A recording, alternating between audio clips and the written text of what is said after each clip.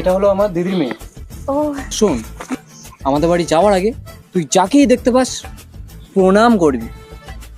ঠিক আছে করে দেবো।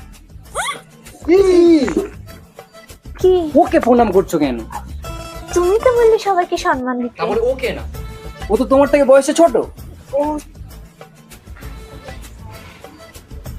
আমা, এটা তো নতুন মামি।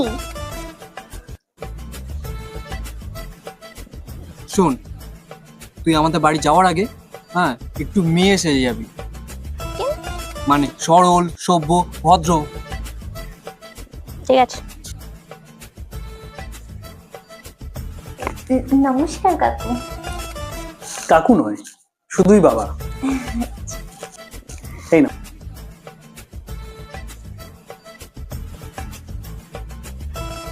আর শোন, আরেকটা কথা বলি, আমার বাবাকে পটাতে হবে তোকেই। যা খেতে দেবে সেটার প্রশংসা করবি। হ্যাঁ, বাবা, আপনি না জলটা দারুণ বানিয়েছেন। আমি জীবনে বাপের জন্য এত ভালো জল কোনোদিন খাইনি।